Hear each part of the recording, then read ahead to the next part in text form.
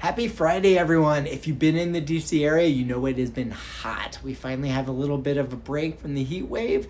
Perfect weekend to go check out some open houses. So here's what this weekend's data for my brokerage is showing.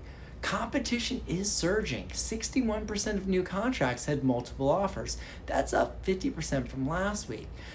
Those competitive properties averaged 1.6 offers each compared to 0.9 the previous week.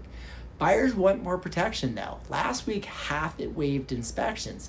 This week, only 21% are waiving. 35% wanted full inspections, another 35% opted for pass-fail inspections. Pricing outcomes tell an interesting story though. 61% of buyers paid above list, that's up from 50% last week, yet 30% negotiated below list, up from just 10%, and only 9% paid at list. The market is splitting. Well-priced homes in great condition can spark bidding wars, while properties that need work or overpriced sit longer and sell for less. These patterns vary significantly by location and property type though, which is why I'll break it down in detail on Market Monday.